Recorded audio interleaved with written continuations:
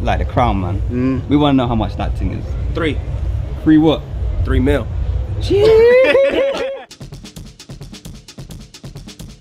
As hot temperatures, ICE kidnappings, and fascism swallow up hip-hop space, the American commercial rap market is rolling out like normal, with one rapper still dominating the charts and streets. Along with some confidence from being declared the winner of the most important rap war of all time, the Compton native is rocking a lot more bling. Okay, does this ring a bell?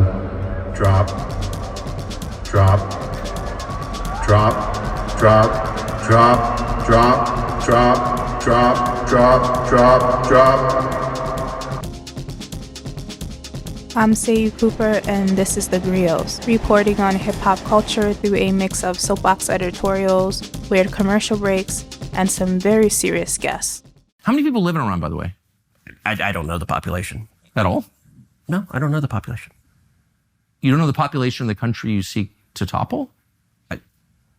How many people live in Iran? 92 million. Okay. Kendrick Lamar's shift to sparkly diamonds that you see now in the GNX era began with the release of Mr. Morale and the Big Steppers, the 5th studio album from the rapper. He rapped about this on the first track of the album, United in Grief. What is a rapper with jewelry? A way I show my maturity? I was 28 years young, 20 mil in tax, bought a couple mansions just for practice, 500 in jewelry, chain was magic, never had it in public, late reaction. The verses highlight Lamar's awareness of the status symbol associated with jewelry in hip-hop and his own hesitancy towards this outwardly display of wealth. On the album, particularly its cover art, he debuted his best piece from his growing jewelry collection, the Tiffany & Company Diamond-Encrusted Crown of Thorns. PG Lang co-founder and Kendrick Lamar's de facto creative director, Dave Free helped in the creation of the crown and told Vogue magazine in 2022, "The crown is a godly representation of hood philosophies told from a digestible youthful lens." Within hip-hop culture, the martyrdom story of the Christian Messiah, Jesus Christ, is well loved. Lamar's Crown of Thorns is a clear reference to Christ's crown worn during his crucifixion,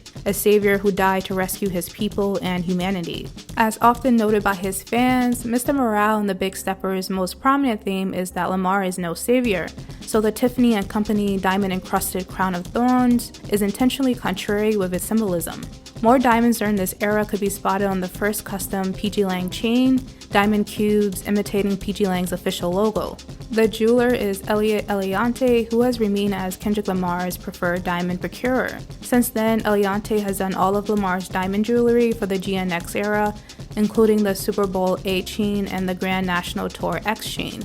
The A chain is another tribute to the PG Lang Company, while the X chain references the GNX album, the 6th studio album from the rapper. Eliante also did the Jesus Christ bling for the Grammys, but Ben Baller did the cross chain for the pop-out Ken and Friends show. Unlike the Crown of Thorns, these later jewelry pieces don't seem to have layer symbolism. So when he first came out as an artist, was not looking to him as fashion. Everyone was glued to his lyrics and his music. He has great music and people respect him for that. But I think now recently in this current era of music that he's doing, he's become a lot more fashionable. He's giving very grown man, well put together.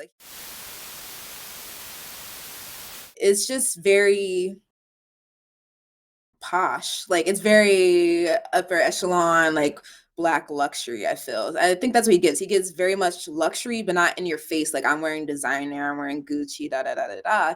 It's just I have on a very nice pair of pants right now on a very nice shirt, and it looks good. These accessory shifts are intriguing because Kendrick Lamar's overall style before 2022 was rather uninteresting. His first real assertive effort to engage with his personal and persona style was the Damn era, where you got more interesting red carpet looks like his outfit at the 2017 MTV Video Music Award. Styled that year by Diane Garcia, he wore Nike Cortez sneakers and a Prada shirt. His jewelry, like normal back then, is understated, sticking to solid gold or silver pieces, and rarely any diamonds.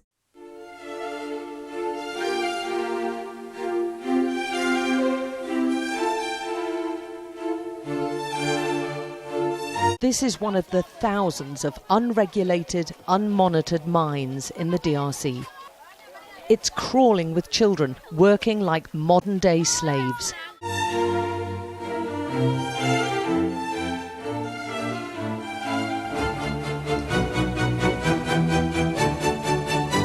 Although one of the poorest countries on earth, DRC is rich in minerals. The diamond engagement ring. How else could 2 months' salary last forever? A diamond is forever. De Beers. Since the February 9th Super Bowl halftime show, things have not slowed down for the griot Kendrick Lamar. He wrapped up the North American leg of the stadium-only Grand National Tour with co-headliner SZA this month, with the European leg beginning in early July. According to Eric Frankenberg from Billboard, Lamar's upcoming run will mark the first all-stadium tour for a rap act since Jay-Z joined Beyoncé on 2018's On the Run 2 tour. Rap guest performers for the tour have included Playboi Carti, Baby Keem, and Izzy Chike. Pusha T was spotted bobbing his head at the Foxborough show in May, and Dave Free made sure to document the Toronto stop on his Instagram stories. Toronto is the hometown of Lamar's rival, Drake. Profit-wise, the tour has been very successful for the TDE and PG Lang camps, with the official revenue expected to surpass the $100 million mark. Fans can get enough of the SZA-Kendrick Lamar work relationship, and their collaborative track, Luther, from the GNX album has spent 13 weeks at #1 on Billboard's Hot 100. If you're into business and wealth rankings like the ones you'll find on Forbes, in March of this year, the business media outlet Fast Company slotted PG Lang number 15 on its list of the world's 50 most innovative companies of 2025. Dave Free appeared in the luxury fashion house Bottega Veneta's recent campaign with Tyler the Creator, and Lamar became a brand ambassador for Chanel. No GNX Deluxe yet, but Lamar has guest verses on Playboi Carti's third studio album, Music, and a verse on the upcoming Clips album, Let God Sort Them Out. At the BET Awards this month, Lamar won 5 awards, including Album of the Year and Best Male Hip Hop Artist. But as much as I'm honored by this award, I do want to address what's happening right now outside of the building. Really We're believe that? carrying out military strikes today. You said Israel was. Right, with our help. I said we. Israel is leading them, but we're supporting them. There are ruthless attacks that are creating fear and chaos in our communities in the name of law and order. Well, you're breaking news here, because the U.S. government last night denied, the National Security Council spokesman Alex Pfeiffer denied on behalf of Trump that we were acting on Israel's behalf in any offensive capacity. No. Trump is using military forces to stop a protest. You just said we were. We are supporting this is Israel. High stakes. You're a senator. If you're saying the United States government is at war with Iran right now, people are listening. Hey. Lamar's dip into diamond acquisition with Mr. Morale and the Big Steppers to a full embrace of the jewels for GNX coincides with the complete of a transitional period for the artist. In Man at the Garden, the 4th track on the GNX album, he raps, "Stock investments, more entities, I deserve it all. VVS's white diamonds, GNX with the seat back, reclining bitch, I deserve it all. Put my homes on the beachfront, flying private, what you eat for lunch, I deserve it all. The respect and the accolades, lamping on the island, watching Castaway, I deserve it all." If there's one thing rappers love, it's jewelry. And of all the different jewelers' names we've heard so far in rap lyrics, there's one name that stands out, Elliot. The diamond industry wants the product, the diamonds, at the lowest possible cost of acquisition. This is a Kilo Cuban, fully iced out micropavade. How much does this go for? 150,000. Okay. The white people should be ashamed of the deplorable situation that has been existing in the Congo, which is not the fault of the Congolese, but which is the result of instigation by European powers who are fighting each other over the mineral wealth of the Congo. The fallout from the Big Three battle continues, with Drake still pursuing his defamation lawsuit against Universal Music Group, UMG, for their alleged deceitful promotion of Kendrick Lamar's Not Like Us in 2024. In April, Drake amended his initial defamation lawsuit to include Kendrick Lamar's performance at the Super Bowl and his night at the Grammys, where Not Like Us won Song and Record of the Year. If the lawsuit is not settled or dismissed, a trial date will be set for 2026. Despite a bunch of other things going on in the culture, the lawsuit and the beef are what a majority of hip-hop media is focusing on, with the Sean Diddy Combs trial a close second. There was the DJ Head and Maul debate, the DJ Academics live streams, commentary videos to celebrate the 1-year anniversary of the diss tracks, and the underwhelming Joey Badass versus the West Coast saga. Arguably, both Kendrick Lamar and Drake are feeling this media obsession through their social media subliminals and proxies in the way of stans and affiliates from their respective camps. Did Dave Free need to post that snippet of Lamar rapping Not Like Us at the Toronto stop, considering it would have already been recorded and shared by the thousands of fans at the stadium?